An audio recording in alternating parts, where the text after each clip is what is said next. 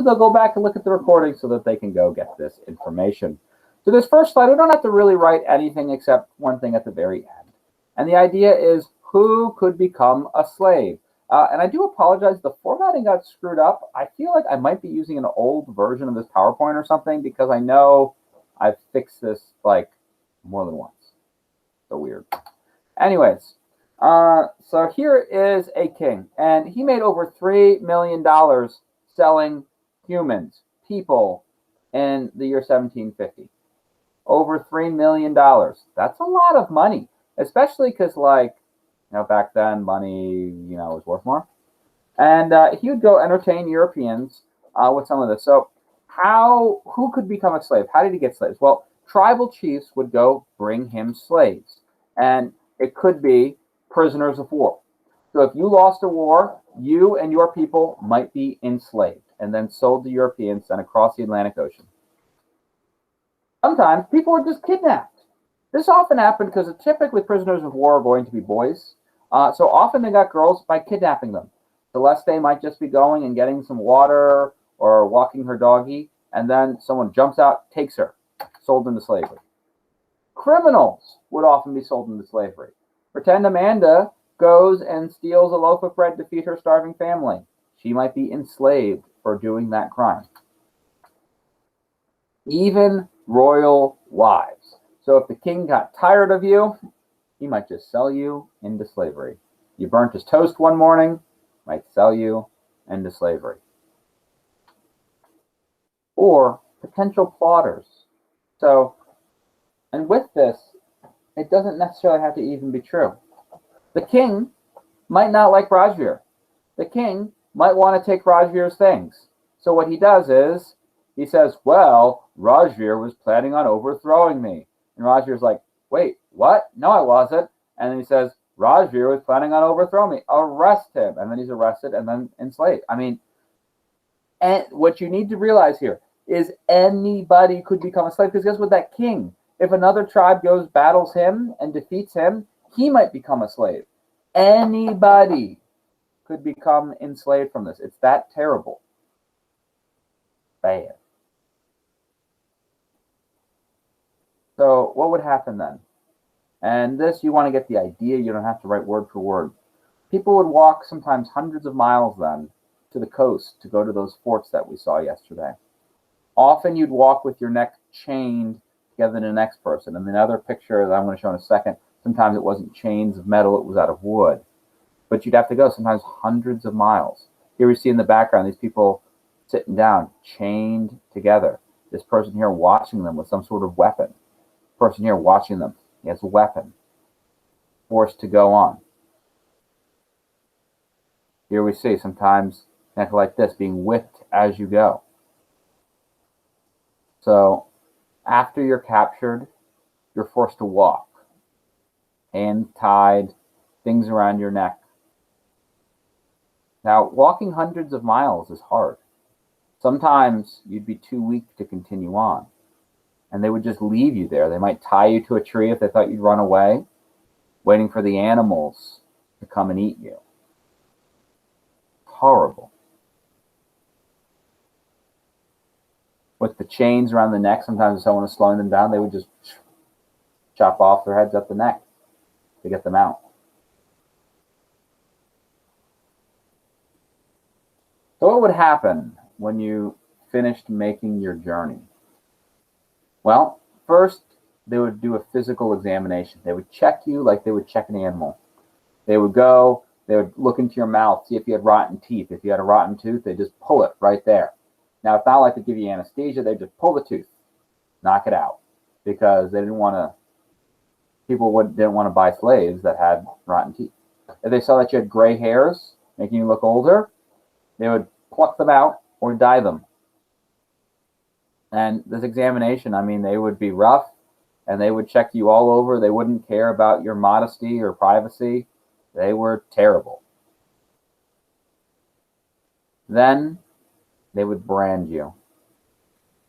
Branding is a particularly horrible thing, where they take a piece of metal, they would heat it up, and they would go, so they'd heat up this piece of metal, and then they'd push it into your skin, and so that those marks would stay there burned in. Now, this first brand would be made of silver because it would eventually heal.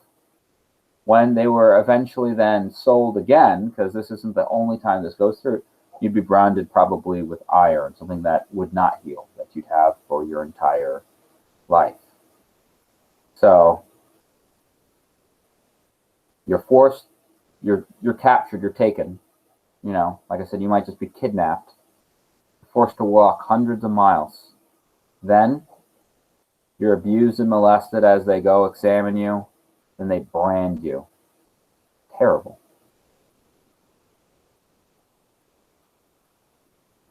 Then you'd have to wait for the ship. You might be waiting in a pavilion like this, tied.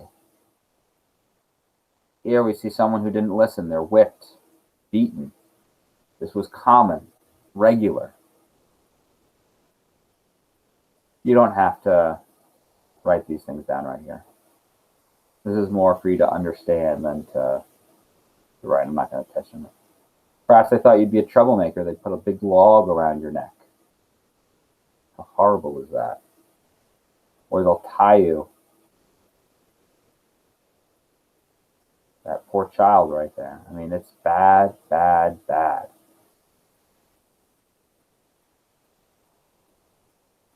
But here's the world.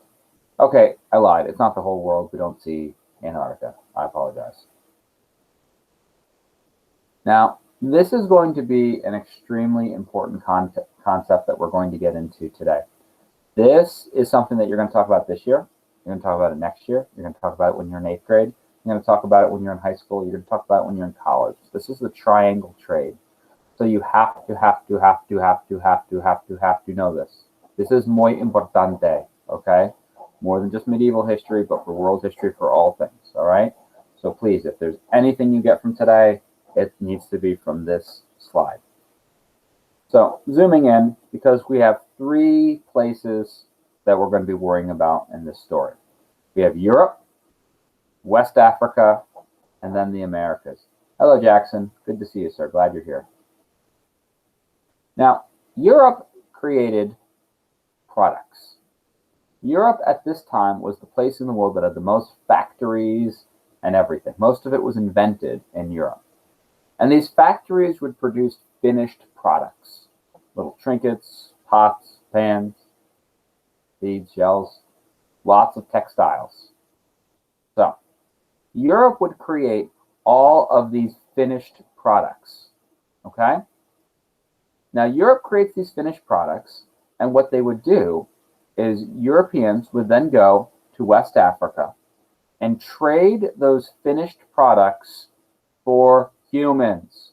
We have to remember the horribleness that people were being traded for things. All right? So Europeans came and said, here are these textiles, here are these pots and pans.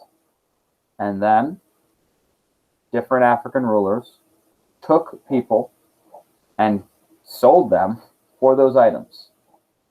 All right? So that's the first part of the triangle. This next part is the most important and the one that you really have to remember. And that's called the Middle Passage. This is the most horrible part. We're going to spend our time focusing on the Middle Passage tomorrow. Now, the Middle Passage is when you have the 1 to 2 month journey of slaves going from Africa to the Americas.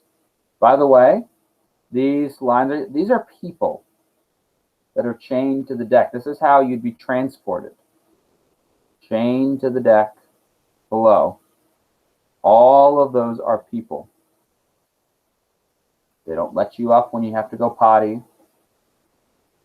They keep the door closed so it's hot and smells.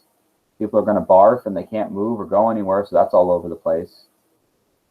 A horrible, horrible situation. And people spent that for 1 to 2 months going across the Atlantic Ocean. They would go to the Americas, so North, Central, and South America, to become slave labor. Now, a lot of us, we often think of just like the American South having this, but actually more slaves went to the Caribbean and South America than even the Americas. They had a horrible problem with slavery too.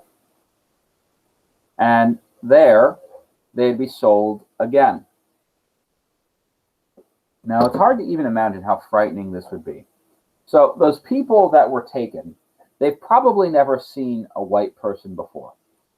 So they see these people that they've never kind of seen, and they're told nothing. Everyone speaks different languages than what they can speak. So one of the common things is people hearing this, they thought they were going to be eaten. They thought they were being sold to cannibals, and cannibals were literally going to eat them. That was the common myth that they thought was happening. So they're taken into a large auction house. And this auction house, the poor people, they would be put in the center, and then from all directions, people would run up and grab them and take them to their corner or their area of the wall where they would then once again be examined. Some of you might have heard the term cornering the market, and this comes from what they did for animals and for, unfortunately, slaves, is people would run, grab who they wanted, and then, they check their mouth, check all over. And that's what's happening. And once again, the poor people here, they don't know what's going on at all. They can't understand anything, and some random person's grabbing them and then looking at them again. It's just bad. They'd be branded again, and then they'd be forced to go do farming. Now, for Brazil, the Caribbean, they would grow things like sugarcane, which apparently is very labor-intensive, very hard. The lifespan of slaves brought to the Caribbean was in months. Let me say it again. The lifespan, if you were a healthy person, brought from Africa to the Caribbean to be a slave on a plantation, your lifespan was months that you were expected to live. They'd work you until you died, and then they would have another slave take your place. How horrible. Now, for North America, the typical product was tobacco until in the late 1700s when the cotton gin was invented, and then cotton became the dominant cash crop for the Americas. So down here would typically be sugarcane, here would be tobacco, and then cotton. So slaves were forced to do the farming. And then those products that they farmed, the raw materials, would be sent back to Europe so that this horrible process can continue, because then they would make more things, get more slaves, do more work to make more things. Do we see how that works? That's why it's called the triangle trade. That's why it's the triangle trade. And it's this horrible, horrible system that was created. So this, like I said, was the key, most important thing for us to get today. So please, if there's anything you remember from what I discussed today, it would be the triangle trade. I'm going to stop the recording here. Do we have any questions?